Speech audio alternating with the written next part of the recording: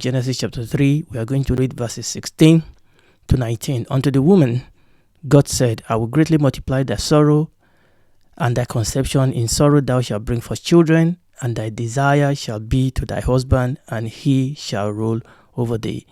And unto Adam he said, because thou hast hearkened unto the voice of thy wife, and hast eaten of the tree which I commanded thee, saying, thou shalt not eat of it, cursed is the ground for thy sake, and in sorrow shalt thou eat of it all the days of thy life.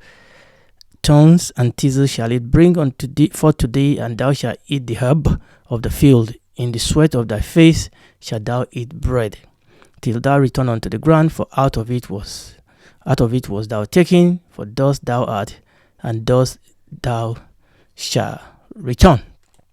Praise the Lord. Okay, so this is where we are at the moment. Previously, we've been looking at the content of God's judicial judgment upon the serpent, upon Satan. We'll be looking at the implication of that judgment that God passed upon Satan and the serpent. Now, we are turning our attention to Eve and then Adam. So what we want to look at is the content and the implication of God's judicial judgment pronounced on Eve and then on Adam. But before we can go ahead with that today, there are some principles, there are some general principles about divine judicial process that will be relevant to the sentencing of Eve and Adam. So today, that is what we're going to look at before we then move on to Eve. Okay, so there are some principles that is necessary. Some of these we'll be revisiting them. Some of these we will be bringing them anew. Number one, and I think we've mentioned this a little bit in passing before. The first principle I want us to understand today is that creatures can be sentenced only in accordance with their natures and their role. Okay, this is very important. Creatures can be sentenced only in accordance with their natures and their role.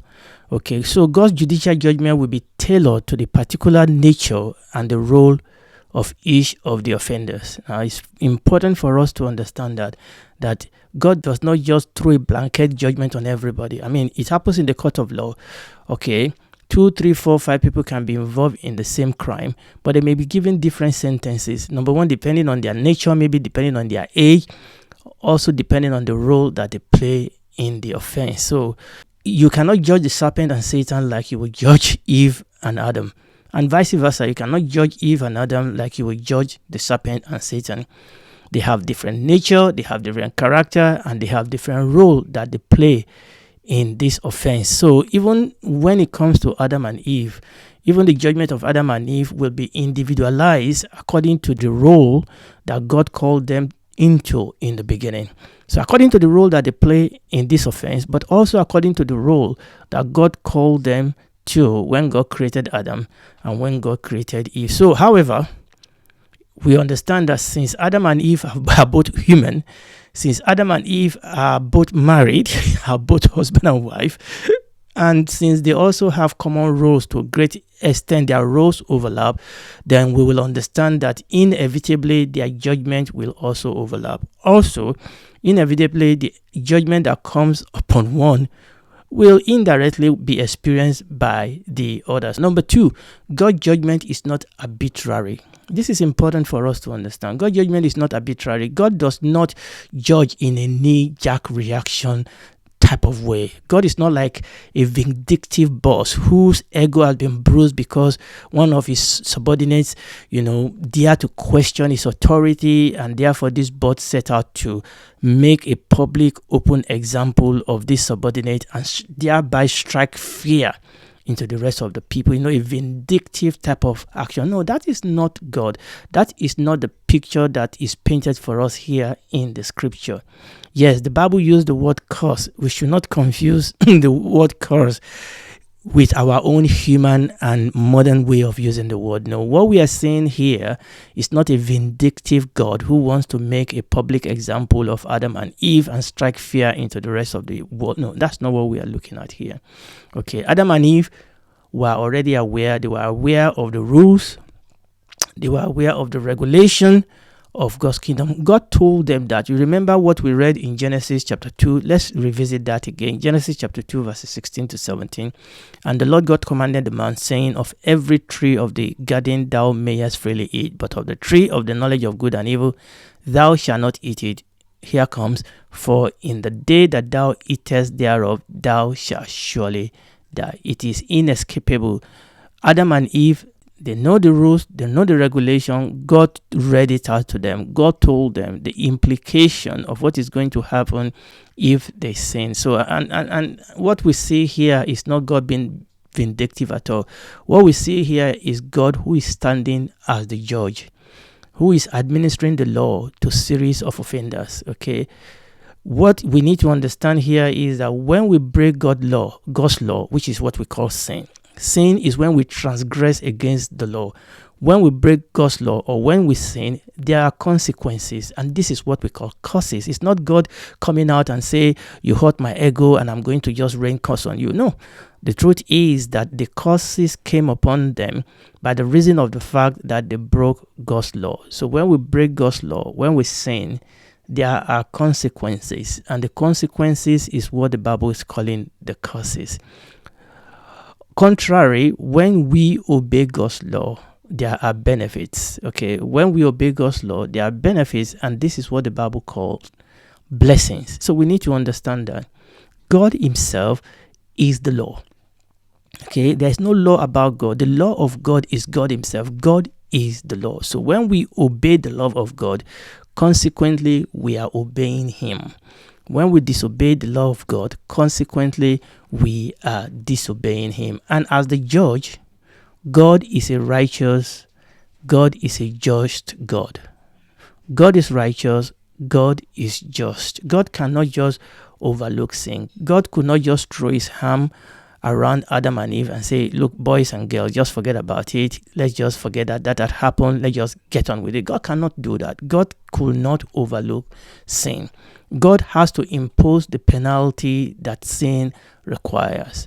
God has to impose the penalty that their offense demands. God cannot ignore or nullify the law. When God does that, He will be nullifying Himself, because God is the law.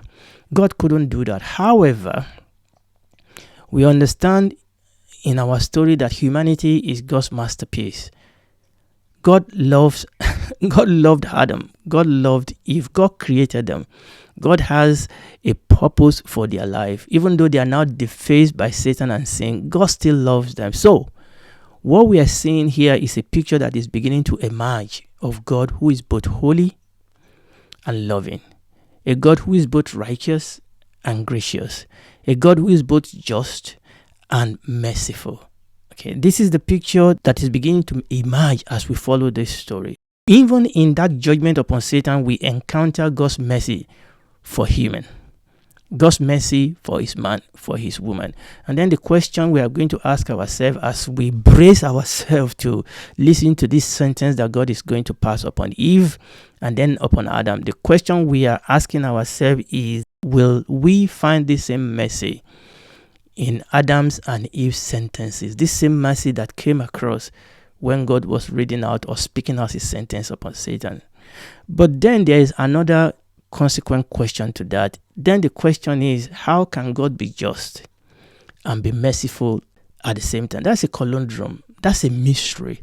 How can God be a just God and be merciful at the same time? Keep this principle in mind as we approach this time of Eve and Adam's sentence. Number 3 thing that I want us to have in mind as we approach this period is that some judgments are deemed merciful when you consider them in light of what could have been.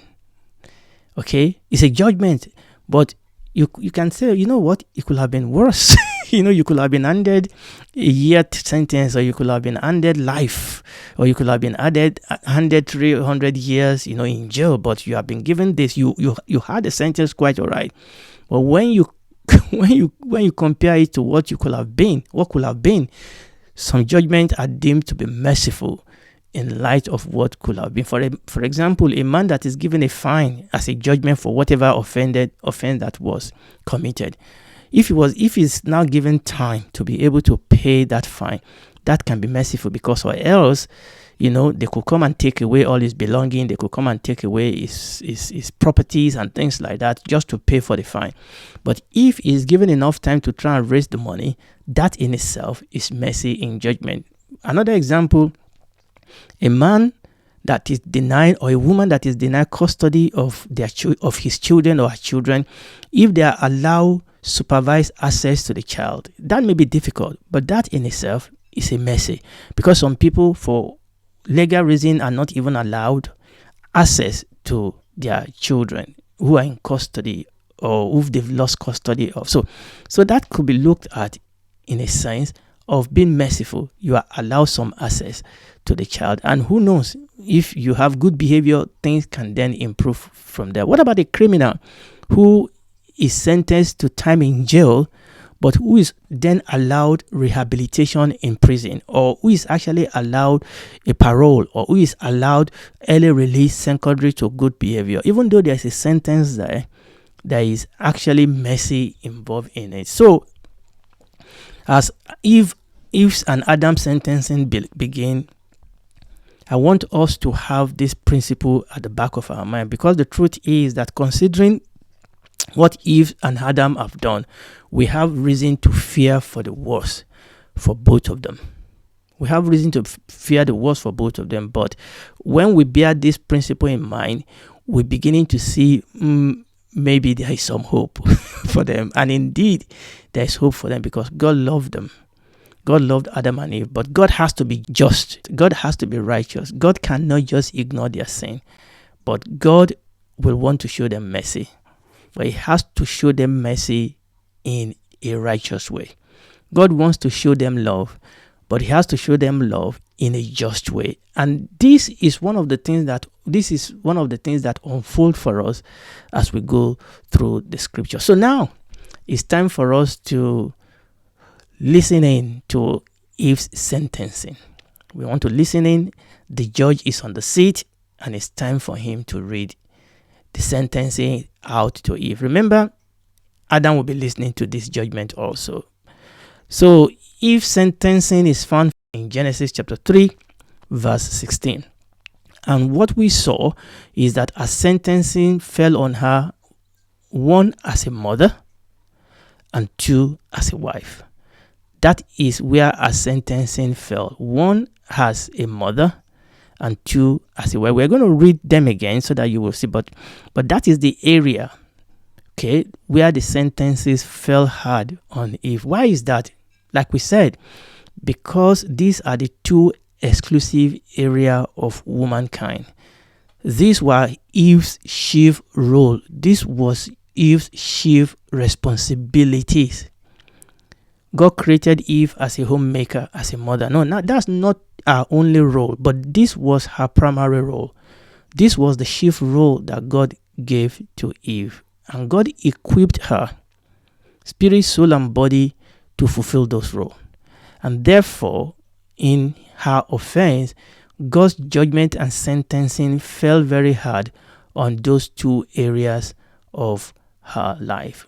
Now let's read those roles again. Let's just remind ourselves this role that God gave to Eve, because remember the principle that we said before, that when judgment fell, that we need to understand that creatures are sentenced only in accordance with their nature and in accordance with their role. That was one of the first principle that we mentioned. So let's just visit Genesis again.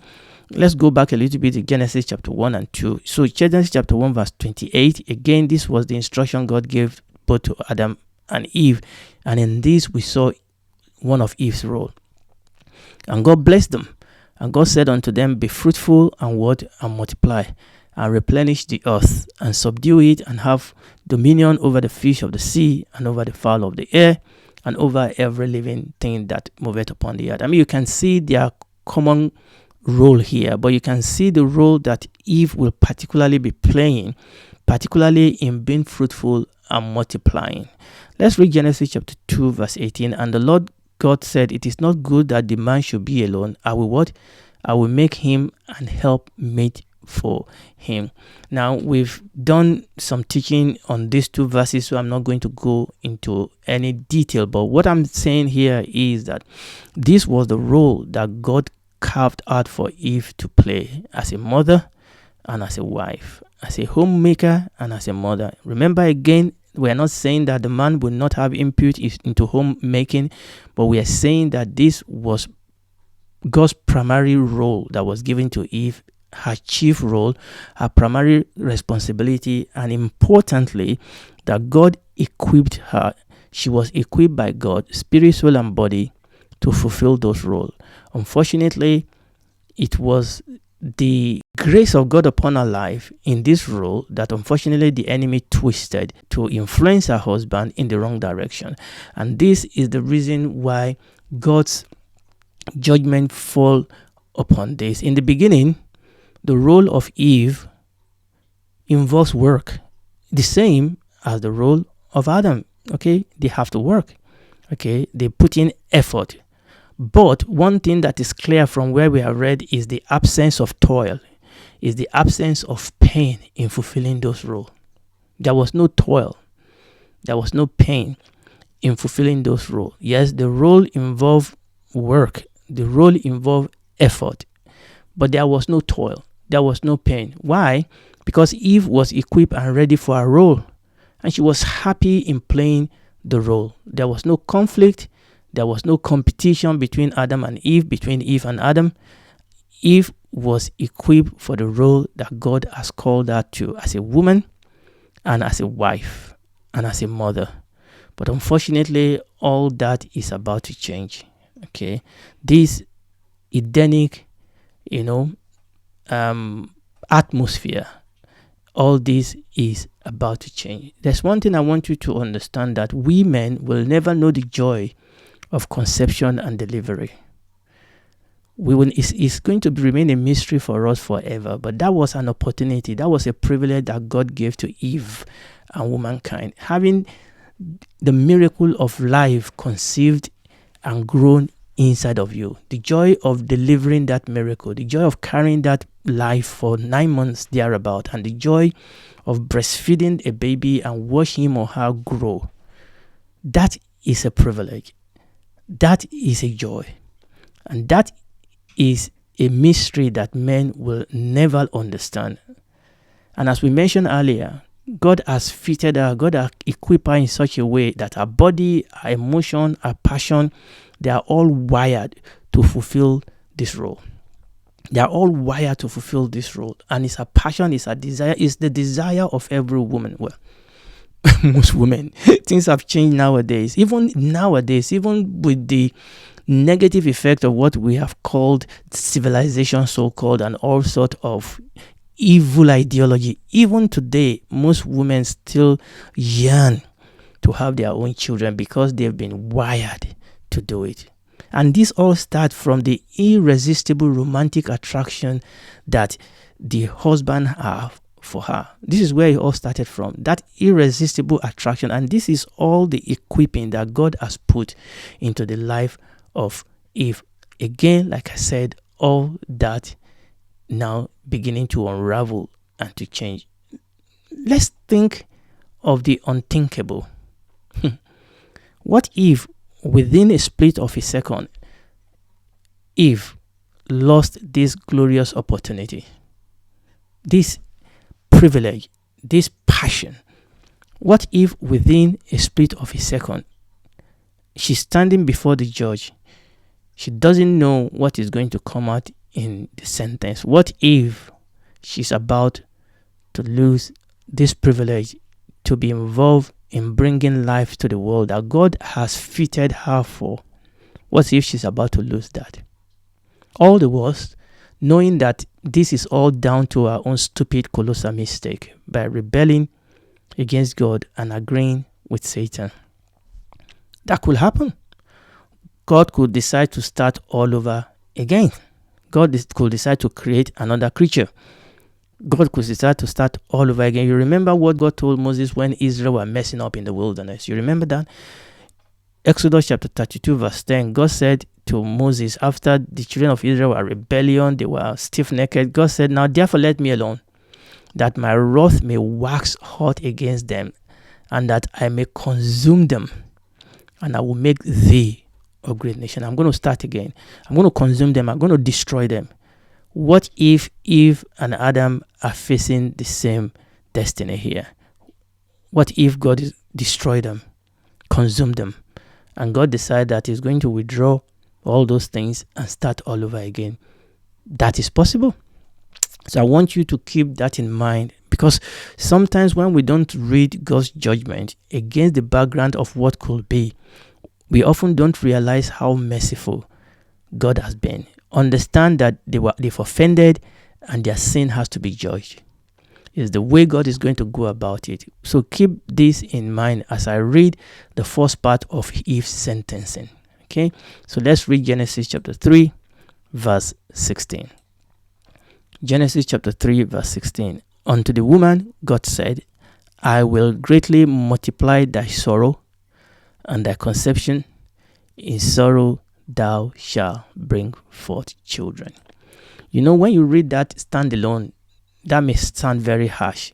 But when you read it against the background of what we just said, it changes everything, isn't it? So before we start focusing on the punishment, on the sorrow in conception, in pregnancy, on the sorrow in delivery that was passed upon Eve, before we look at what was lost, first of all, let us look at what God preserved for them out of His mercy, out of His grace. Because actually in this judgment, there is mercy. In this judgment, there is mercy. Remember what we said, that the possession of children is a woman's strongest passion. It's a woman's strongest desire. I know to some degree that has been perverted. I know there are some forces that want to pervert that in our days. But even in our days, that is still a very strong passion in the heart and mind of many women. And the sentence could have taken away that passion, could have taken away that blessing. But thank God, because that is not what happened. God actually, in passing this judgment, preserved the right of the woman to have children, to have healthy children, physically healthy children, I mean. God actually, in passing this sentence, actually preserved the desire of the woman to have children. But now, unfortunately, there will be toil. Now, unfortunately, there will be pain that has now become a necessary price to fulfill this primary role. It doesn't used to be that way. But before we begin to look at the sorrow that is attached, but let's take time first to think about the grace that is revealed even in this sentence. I'm going to stop there today by the grace of God. We're going to pick it up from here next time by God's grace. And if you are listening to me, God is love.